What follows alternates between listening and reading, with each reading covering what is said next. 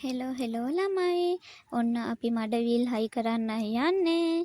ඉතින් ඔයාලා දන්නවා දැන් අපේ කුඹුරු වැඩ පටන් ගත්තා. ඉතින් ඔන්න ආයෙත් යකඩ එක්ක ඔට්ටු වීමක් තමයි තියෙන්නේ. ඉතින් ඔන්න ඔය විදිහට ගිය කන්නේ ඔන්න ඔය විදිහට අයින් කරපු මඩවිල් ආයෙත් ඉතින් ඔන්න අපි දැන් ටැට්ටේට හයි කරන්න තමයි ලෑස්තිය.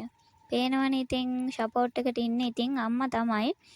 මේ යකඩ එක ඔට්ටු වෙනවා කියන්නේ ළමයි සෙල්ලම් වැඩක් නෙවෙයි ඉතින් හවසට ඇඟේ පතේ අමාරුවත් එක්ක තෙල් ගා ගන්න වෙන්නේ ඉතින් අම්මට කියලාම තමයි.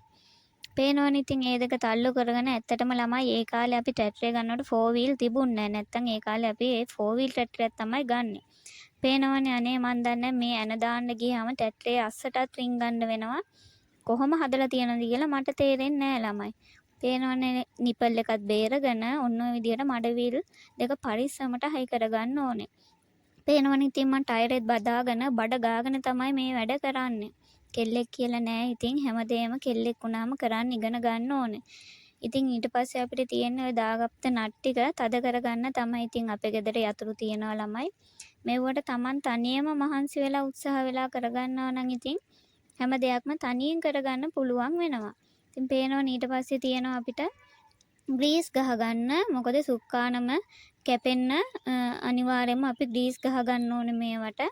ඉතින් ඊට පස්සේ පේනවනේ ඔයාලා ග්‍රීස් කප් එක මම පෙන්නන්නම්. ග්‍රීසුත් නෑ අනික පිච්චිලා තියෙන්නේ. ගොඩක් ඉතින් මේ ග්‍රීස් අයින් කරලා අලුත් ග්‍රීස් දාලා ඔන්න හයි කරගන්න තමයි ලෑස්ති වෙන්නේ.